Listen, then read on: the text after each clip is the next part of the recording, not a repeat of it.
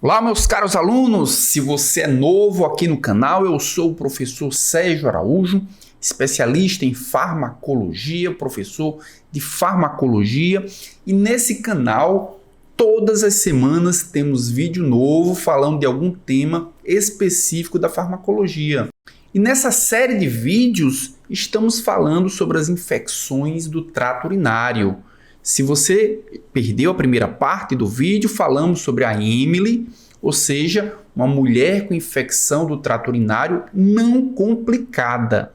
Então, se você perdeu esse vídeo, volta lá, assiste e você vai aprender como é a conduta terapêutica para tratar a infecção do trato urinário não complicada. Na aula de hoje, a gente vai falar sobre o Maxwell. E vejam que nessa série de vídeos sobre a infecção do trato urinário, nós estamos percorrendo vários países do mundo, onde nós estamos utilizando o contexto de vários pacientes diferentes que têm condutas diferentes para tratamento da infecção do trato urinário. Hoje nós vamos ver o caso do Maxwell. Maxwell é um brasileiro, vejam que está apontando aí para o Brasil. E o Maxwell é uma criança. Então, será que muda muito a conduta para tratamento de infecção do trato urinário em crianças? Será que criança, mesmo que também seja uma cistite, a infecção do trato urinário ela vai ser semelhante ao que nós fizemos com a Emily, por exemplo, que é uma mulher que estava sendo tratada com infecção do trato urinário não complicada? Então, Maxwell é uma criança de 2 anos que apresentava febre associada a dor no baixo ventre. Então, nós já podemos ver aqui que existe uma certa diferença no contexto que a gente viu com a Emily. Existe a febre. Então, será que febre é um sintoma que acompanha a infecção do trato urinário em crianças? Isso é o que veremos na aula de hoje. Mas não se esqueça que toda semana nós temos vídeo novo. Então, para não perder nenhum vídeo, já se inscreve no canal e já marque também as notificações. Todas as notificações, você será beneficiado por todos os vídeos que eu posto aqui no canal. Então, vamos para o conteúdo. Vou clicar aqui no Maxwell e a gente entrou aqui no ambiente do Maxwell, no quarto do Maxwell. Nós vimos, assim como fizemos com a Emily, também vamos seguir a mesma dinâmica. No quarto do Maxwell tem 4 partes e nessas 4 partes a gente vai explorar para tentar entender em que contexto Maxwell ele pegou essa infecção, em que contexto ele vai precisar de tratamento também. Então vou clicar aqui no primeiro lugar e vamos ver o caso clínico, a história clínica do Maxwell. Então Maxwell é uma criança de 2 anos. Há 3 dias iniciou um quadro de febre de 38 a 39 graus. Então, como eu já havia alertado, essa já é uma diferença para o caso da Emily. A Emily não apresentava febre, aqui já apresentou febre. Então, será que febre é um sintoma que acompanha infecção do trato urinário em crianças? Ou será que essa infecção do Maxwell é uma infecção mais complicada e por isso está apresentando febre? É isso que a gente vai entender na aula de hoje. Então, essa febre estava associada a dor em baixo ventre de forte intensidade. Se vocês assistiram o vídeo da Emily, a Emily não sentia dor.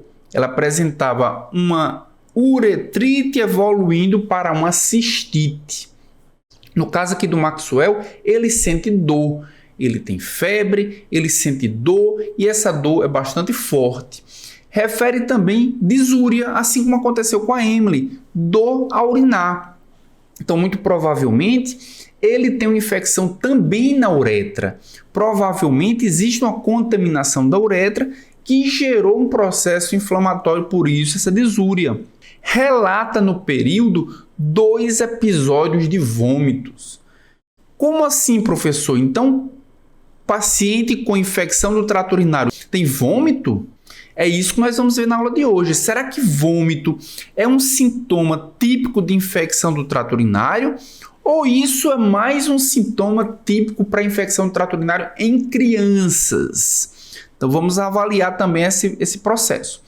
Ele nega sintomas respiratórios, aceita parcialmente a dieta, Então existe algum grau de inapetência, a diurese está presente, fezes estão presentes e também as fezes estão sem alteração. Nega quadros anteriores de infecção do trato urinário. Então, antes, o Maxwell não tinha infecção do trato urinário, nunca teve infecção do trato urinário, é a primeira vez.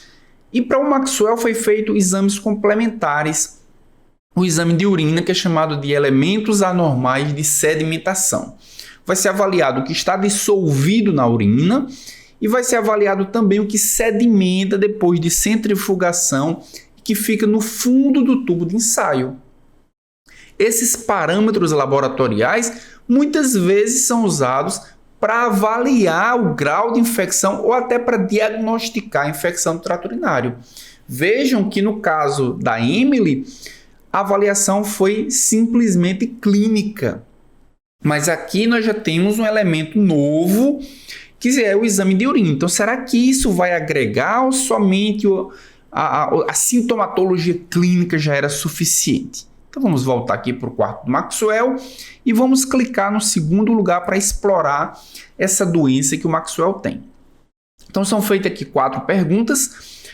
Quais os procedimentos para se fazer o diagnóstico de infecção do trato urinário?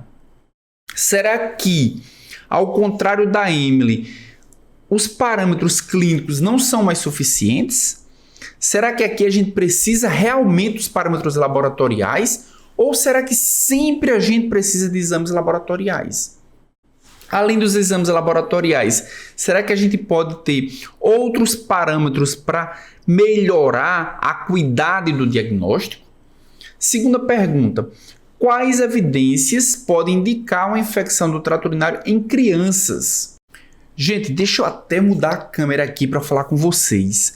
Vocês imaginem uma criança ou até mesmo um recém-nascido com infecção do trato urinário. Que evidências vocês imaginam, vocês pensam que pode ter no paciente recém-nascido que possam indicar a infecção do trato urinário? Uma criança muitas vezes não sabe relatar os sintomas que tem. Então, há necessidade de outras evidências, além das clássicas, para que nas crianças a gente possa avaliar melhor se ele tem ou se ele não tem infecção do trato urinário. Então, vamos voltar aqui de novo para a tela, para a gente poder fazer as demais perguntas. Terceira pergunta: que informações do exame dos elementos anormais de sedimentação, do exame lá de urina, podem ser obtidas para concluir que uma pessoa está com infecção do trato urinário? O paciente, ele fez exame de urina. O que é que foi encontrado no exame de urina do paciente? Proteína positiva. Foi encontrado também hemoglobina. E hemoglobina a gente viu que é um sinal de que existe sangue na urina. Mesmo que esse sangue não seja visível, a presença da molécula de hemoglobina indica que houve sangramento, mesmo que mínimo, e esse sangue chegou até a urina. Também no exame de urina do paciente nós vimos nitrito e vimos acetona. Será que esses dois parâmetros eles podem dar algum indício de que a infecção do trato urinário nesse paciente está presente? Então, com isso, a gente vai responder a pergunta do número 3. E a pergunta de número 4 é: quais os principais micro-organismos envolvidos nas infecções do trato urinário? E aí eu já chamo a atenção para vocês do que eu falei na primeira aula. Na primeira aula, né, da Emily, né, quando a gente tratou do caso da Emily, eu disse que muitas vezes as bactérias do trato digestivo, as bactérias da região perianal, são as bactérias que causam infecção do trato urinário. Então, se as bactérias da região perianal são as principais causadoras de infecção do trato urinário, é delas que nós devemos suspeitar primeiro. Então, a gente vai ver aqui alguns gráficos mostrando estudos onde as bactérias envolvidas de infecções mais complicadas ou de infecções não complicadas do trato urinário, se elas são as mesmas ou não. Então, vou clicar aqui nas perguntas para que a gente possa ir para o local onde o Maxwell reside. Olha só, gente, que coisa linda! Então, Maxwell, essa é a janela que o Maxwell ver todos os dias, né? Então a gente tem aqui algumas informações importantes. Primeiro, procedimento diagnóstico. Como deve ser o diagnóstico de infecção do trato urinário? Algumas vezes, como a gente viu no caso da Emily, saber os sintomas que o paciente tem são suficientes. E muitas vezes, quando a infecção ela é mais simples, nós temos apenas os sintomas. É uma disúria, é o aumento da frequência miccional, é uma dor suprapúbica. Muitas vezes esses sintomas já são indícios suficientes para que o diagnóstico de infecção do trato urinário ele já seja concretizado. Mas às vezes, é por isso que estão juntos, sintomas, o exame físico do paciente e sinais sistêmicos. Que sinais sistêmicos vocês acham que o paciente desse caso clínico tem? A gente viu alguns deles. O paciente pode ter febre? Pode. E esse é um sinal sistêmico importante. O paciente pode ter vômito? Sim, pode. O nosso paciente estava vomitando. O paciente pode ter inapetência, a perda do apetite? Pode, sim. E esse também é um sinal de que o paciente do nosso caso clínico tinha. E esse trio são sinais que a gente considera sistêmicos. São sinais que não são específicos do trato urinário. Não é a disúria, não é a ardência, não é a frequência miccional que está aumentada, que isso são sintomas clássicos que já evidenciam bastante a infecção do trato urinário. Mas para uma criança, a gente precisa de sinais sistêmicos também, que possam ajudar aos sinais mais clássicos, aos sinais mais específicos. Além de sintomas, exame físico e sinais sistêmicos, que são os parâmetros clínicos, muitas vezes a gente precisa de parâmetros laboratoriais, aí entra análise de urina e de sedimento. E também, se o tratamento iniciar, se o tratamento ele não for bem sucedido, se o paciente tiver uma infecção um pouco mais grave, muitas vezes é necessário se fazer urocultura e antibiograma para identificar o micro-organismo e também para avaliar qual é o grau de susceptibilidade a um antimicrobiano específico. Isso vai direcionar muito melhor o tratamento. Bom, gente? Então vamos voltar aqui. Evidências em crianças. Olha só. Criança tem menos de 3 meses. O que é que pode ser uma evidência, além dos sintomas clássicos, de que aquela criança está com infecção do trato urinário? A criança pode ter atraso de crescimento. E a gente nem sempre imagina que, se a criança tem um atraso de crescimento, isso pode ser uma evidência de que aquela criança está com infecção do trato urinário. Ou tem uma diarreia, ou a criança está muito irritada, ou letárgica, ou a urina com mau cheiro, também é uma evidência importante, ou icterícia sintomática. Inclusive, nos protocolos mais atuais, se a criança tem uma icterícia não explicada, muitas vezes é investigada infecção do trato urinário. Se a criança tem entre 3 meses e 2 anos, o que pode ser uma evidência? Febre inexplicada, no caso aí do nosso paciente, o Maxwell, ele tinha uma febre que não tinha uma explicação óbvia. Perda de apetite, vômitos e baixo ganho de peso. Então a criança ganha peso, mas ganha peso muito lentamente. Se a criança já tem entre 2 e 5 anos, aí é uma criança que já consegue explicar melhor a sintomatologia. Então apresenta dor abdominal e febre, que são sintomas mais específicos da infecção do trato urinário. E se a criança tem mais de 5 anos, aí sim nós temos os sintomas clássicos. Aí normalmente o que a gente evidencia são sintomas mais parecidos com o adulto. É disúria, frequência miccional aumentada, é desconforto suprapúbico e a incontinência urinária. Então, quais são as condições a considerar para investigação de infecção do trato urinário em crianças? Para que a criança seja investigada se tem ou não infecção do trato urinário, algumas condições precisam ser ditas. Por exemplo, se a criança ou adolescente apresenta sintomas clássicos, obviamente vai ser investigado se ela tem ou não infecção do trato urinário. Mas, qualquer criança, principalmente bebês, que normalmente é mais difícil de investigar, de se fazer uma anamnese, de se fazer um exame físico para se confrontar com os sintomas clássicos. Febre inexplicada.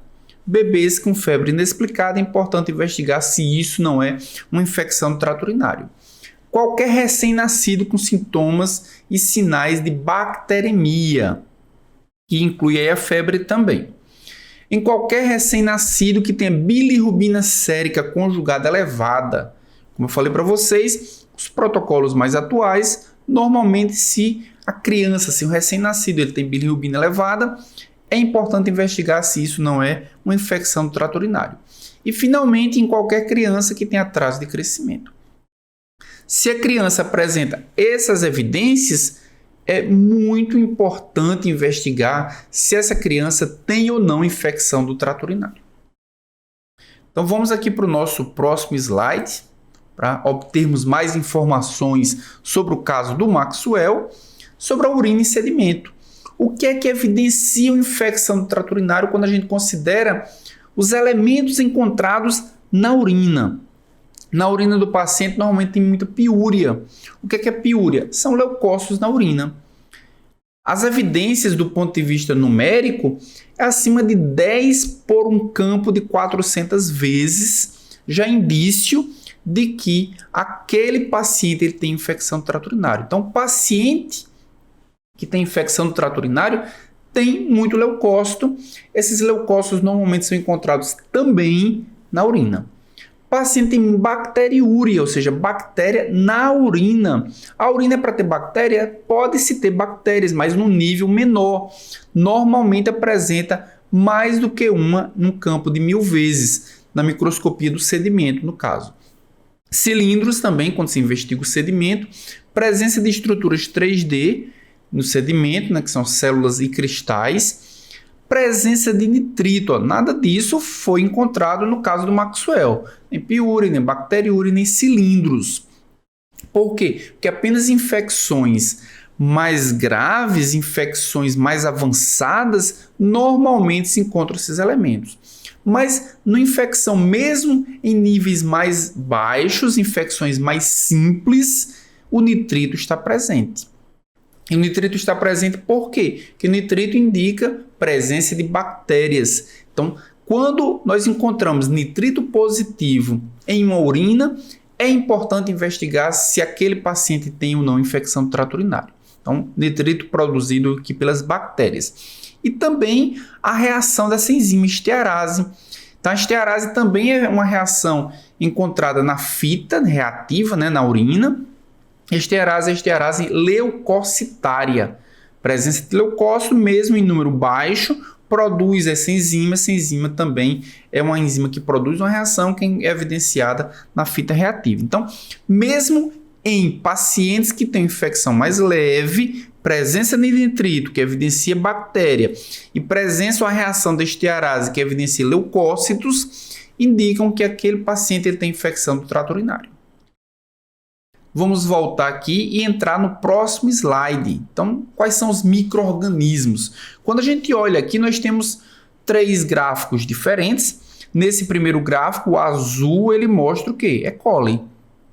E. coli é uma bactéria do trato digestivo, é uma bactéria encontrada na região do tubo digestivo, principalmente na região perianal. Então, vejam que a principal bactéria que causa infecção do trato urinário, seja ela complicada ou não, é E. coli.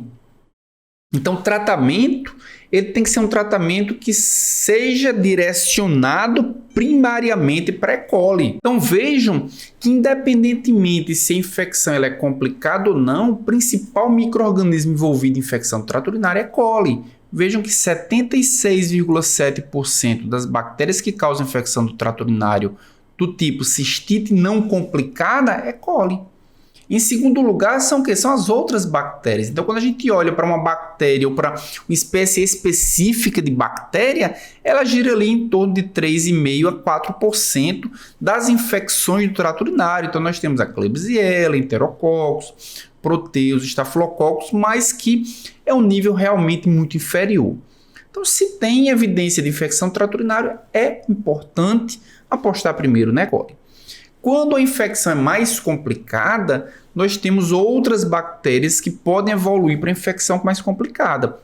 Mas mesmo assim, a predominância ainda é da E. coli. 45% das pielonefrites é causada por E. coli.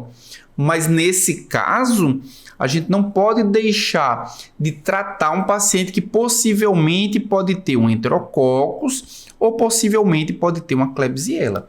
Porque os níveis, os 76% que nós tínhamos aqui, agora está dividido entre E. coli, a Klebsiella e também o enterococcus. Da mesma forma que a pielonefrite, que por si só já é uma infecção complicada, a cistite ela pode também ser complicada. E quando a cistite for complicada, a gente tem também predominância da E. coli, mas dividida aqui com enterococcus e dividida aqui também com a Klebsiella. Então a gente precisa levar em consideração esse perfil epidemiológico para o tratamento da cistite complicada, assim como da pielonefrite complicada. Então vamos voltar aqui e vamos entrar na nosso último slide, dessa primeira parte, tratamento de infecção do trato urinário em crianças. Então a criança ela vai tratar preferencialmente com os antibióticos administrados pela via oral.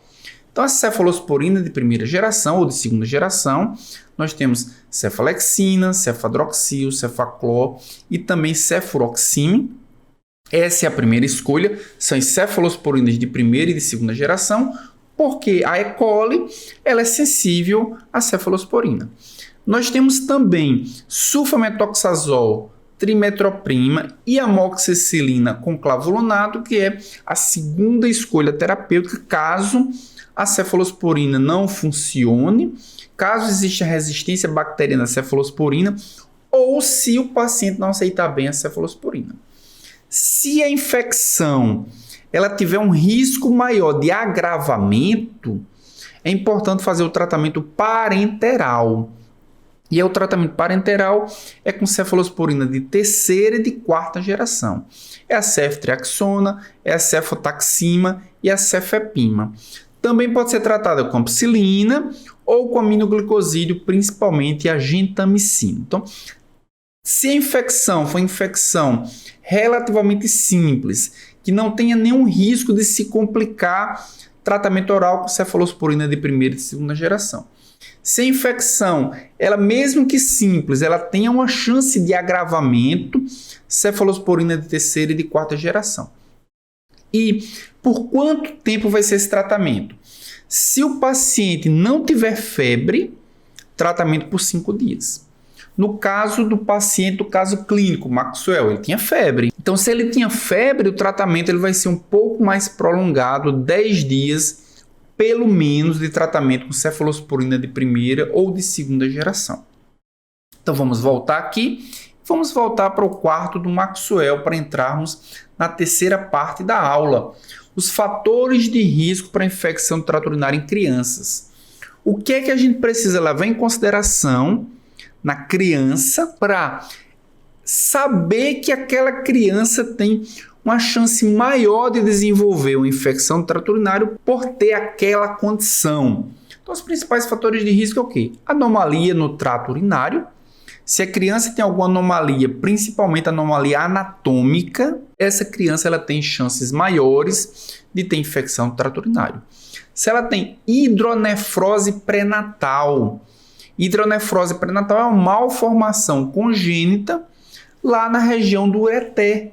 Então, se ela tem essa malformação congênita, ela tem mais chances de refluxo urinário e, consequentemente, maiores chances de ter infecção do trato urinário. Disfunção intestinal e da bexiga também. Se ela tem uma bexiga neurogênica, uma bexiga que tem dificuldade em contrair para expulsão da urina, a urina vai ficar mais tempo dentro da bexiga, consequentemente, vai se tornar um meio de cultura propício para o crescimento de bactérias. Então, nós temos a bexiga neurogênica, como eu falei, imunocomprometimento. Se o paciente tem sistema imune comprometido, também tem uma chance maior. Catéter de demora, se o paciente usa um catéter de demora, a gente viu que o catéter ele introduz bactérias, ele facilita a migração de bactérias, e os meninos não circuncisados, eles também têm uma chance maior de evoluir para a infecção do trato urinário. Vamos voltar aqui para o quarto do Maxwell para entrarmos na última parte da nossa aula de hoje. Quais as complicações das infecções do trato urinário após lesão do parênquima renal? A gente viu na primeira aula, onde a gente tratou a Emily, que a infecção do trato urinário baixa são as uretrites, a cistite, mas a bactéria ela pode migrar para a ureter e para o parênquima renal. E se a bactéria chega no parênquima renal causando a pielonefrite e ela causa lesão do parênquima renal, o que é que essa criança, o que é que esse paciente pode ter? Ele pode evoluir para uma hipertensão e ele pode evoluir para uma insuficiência renal com o comprometimento da função renal. Então, por isso que se o paciente tem uma infecção do trato urinário, mesmo que não complicada, é importante tratar, é importante fazer todo o manejo para que esse paciente não evolua para uma infecção do trato urinário complicada. Se o paciente tem infecção do trato urinário de repetição, ele precisa tratar urgentemente para que essa infecção não se transforme numa pielonefrite e o paciente tem uma doença crônica muito mais complicada de se tratar. Então vamos voltar aqui para o nosso mapa. Hoje nós falamos sobre o caso do Maxwell, que contextualizou o tratamento de infecção do trato urinário em crianças.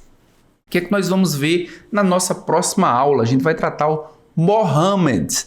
O Mohammed está aí nos países árabes. Ele é um homem e relata que sofre de cólicas renais desde os 17 anos.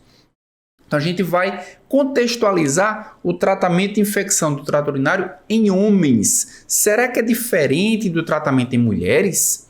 Será que a cólica renal, cálculo renal é algo que pode agravar a infecção do trato urinário? Então não percam a próxima aula dessa série de aulas que estamos falando sobre a infecção do trato urinário para abordarmos esse assunto de tratamento da infecção do trato urinário em homens. Então até a próxima aula.